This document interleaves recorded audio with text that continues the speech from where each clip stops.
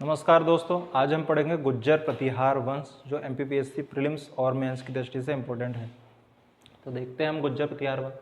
तो देखिए, जो सिलेबस में हमारा उस पर गुज्जर प्रतिहार वंश जो है ये कहाँ का बताया है, उज्जैनी और कन्नौज का। ठीक है, तो कौन सा है, तो इनका जो शासन था मुख्य रूप से,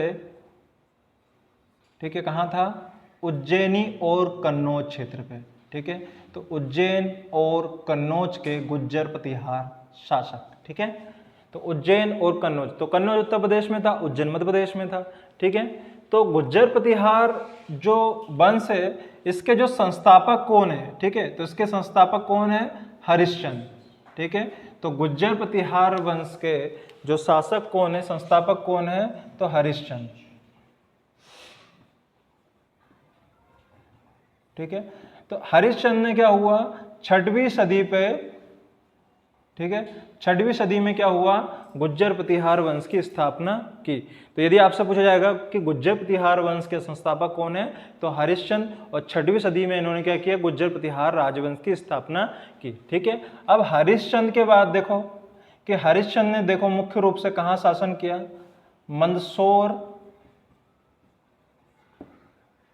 व उज्जैन क्षेत्र में। ठीक है, मंदसौर व उज्जैन क्षेत्र में इनका शासन था। ठीक है, कहाँ पर हरिश्चंद्र का, मंदसौर व उज्जैन क्षेत्र में इनका शासन था। ठीक है, अब इसके बाद देखिए यहाँ से प्रमुख शासक कौन आते हैं। ठीक है, तो प्रमुख शासक कौन आएगा इनका, तो प्रमुख शासक में आता है नागभट्ट प्रथम। ठीक है, कौन आएगा, नागभट्ट प्रथम। ठीक है, नागभट्ट प्रथम जो है प्रमुख शासक था। ठीक है, ये एक महत्वाकांक्षी शासक था। ठीक है, एक महत्वाकांक्षी शासक था। ठीक है, महत्वाकांक्षी शासक था। अब देखिए नागभट्ट इनने अपने क्षेत्र में बढ़िया शासन वासन को क्या करता है, ये राज्य को विस्तार करता है। ठीक है, तो नागभट्ट क्या करता है, राज्य विस्तार करता है। ठीक है, राज्य विस्तार कौन करेगा, नागभट्ट प्रथम। ठीक है, अब नागभट्ट के बाद देखो इसका भाई आता है, मतलब इसके बाद नागभट्ट के बाद जो सेकंड आता है, अगला शासक जो आता है वो कौन है, नागभट्ट सेकंड। ठीक है, नागभट्ट सेकंड या नागभट्ट द्वितीय। ठीक है, अब नागभट्ट द्वितीय जब शासन कर रहा था तो इसको, ठीक है, इसको कौन पराजित कर देता है, गोविंद तृतीय। ठीक है, इसको नागभट्ट सेकंड को कौन पराजित करता है, गोविंद तृतीय। ठीक है, इसे पराजित करता है गोविंद तृतीय। ठीक है, गोविंद तृतीय के द्वारा इसको पराजित कर दिया जाता है। ठीक है, और गोविंद तृतीय किस वंश का था, चालुक्य वंश का। ठीक है, अब गोविंद तृतीय, ठीक है, अब इसके बाद नागभट्ट सेकंड के बाद जो मुख्य शासक आता है उसका नाम क्या आता है, मिहिर भोज। ठीक है, तो प्रमुख शासक कौन है इसके बाद, मिहिर भोज।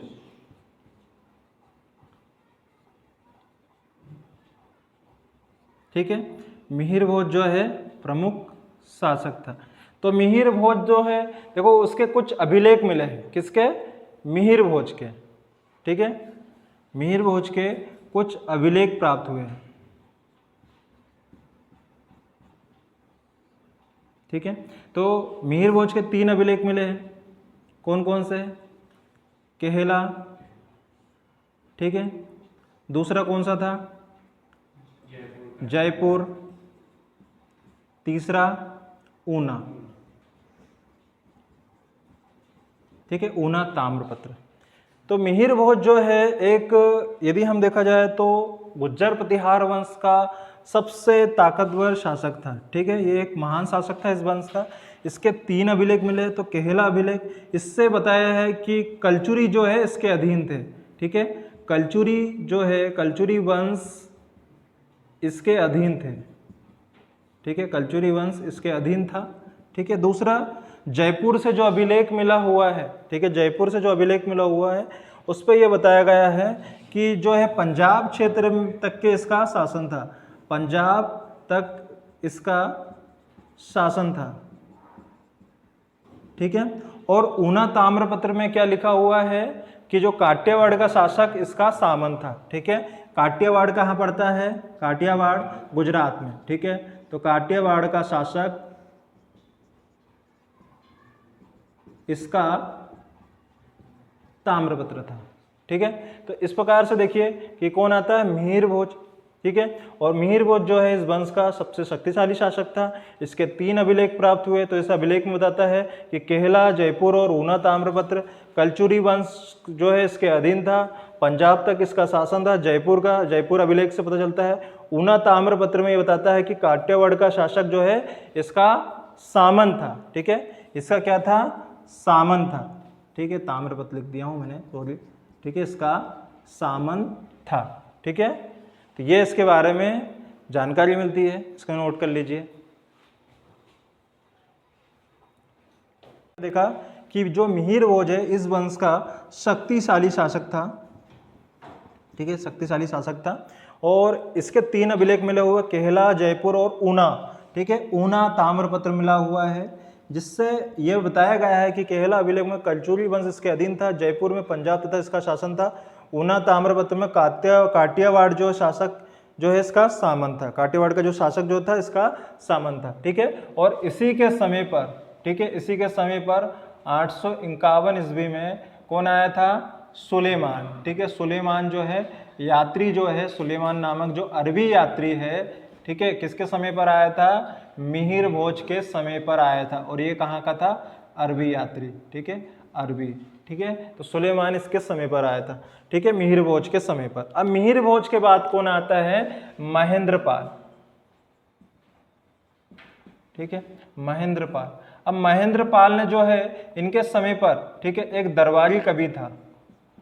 ठीक है, दरबारी कवि था जिनका नाम क्या था, राजशेखर।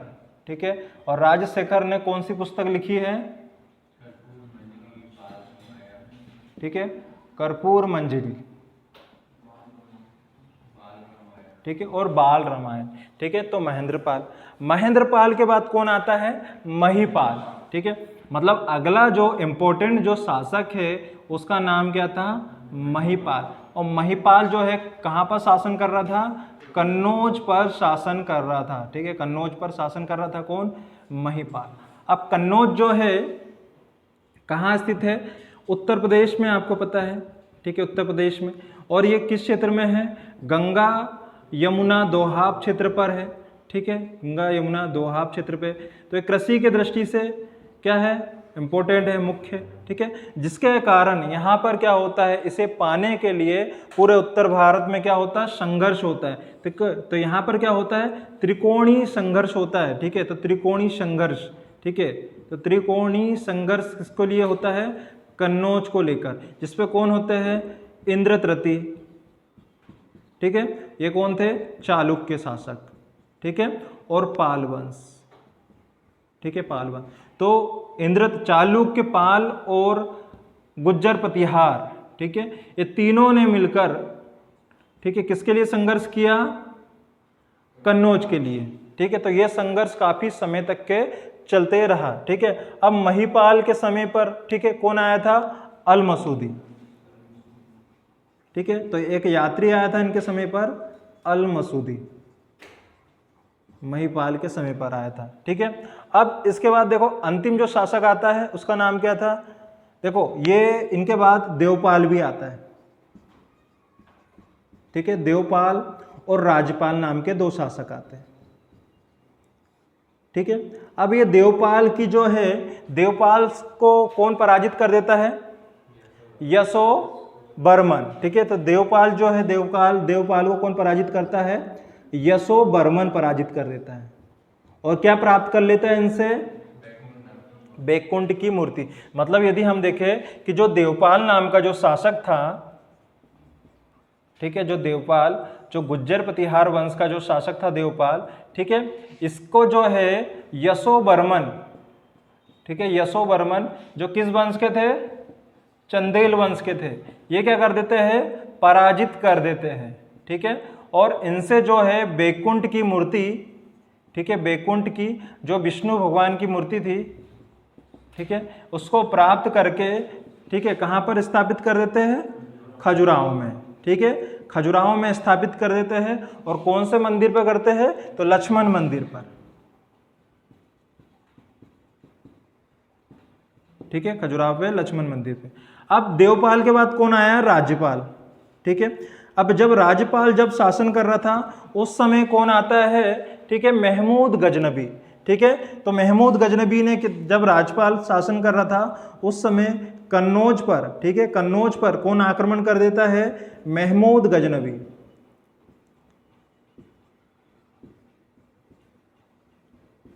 ठीक है, कन्नौज पर महमूद गजनबी आक्रमण कर देता है। अब ये राज्यपाल जो है वहां से क्या हो जाता है, डर कर भाग जाता है, ठीक है, शासन छोड़ देता, जिसके कारण क्या होता है, राज्यपाल की हत्या कौन करवा देता है, ठीक है, विद्याधर करवा देता है, ठीक है, विद्याधर जो कौन थे, चंदेल वंश के शासक थे, ठीक है। और यही जो राज्यपाल जो थे ये क्या थे, अंतिम शासक थे गुज्जर प्रतिहार वंश के, ठीक है। तो गुज्जर प्रतिहार वंश के अंतिम शासक कौन थे, राज्यपाल थे जो कन्नौज के शासक थे।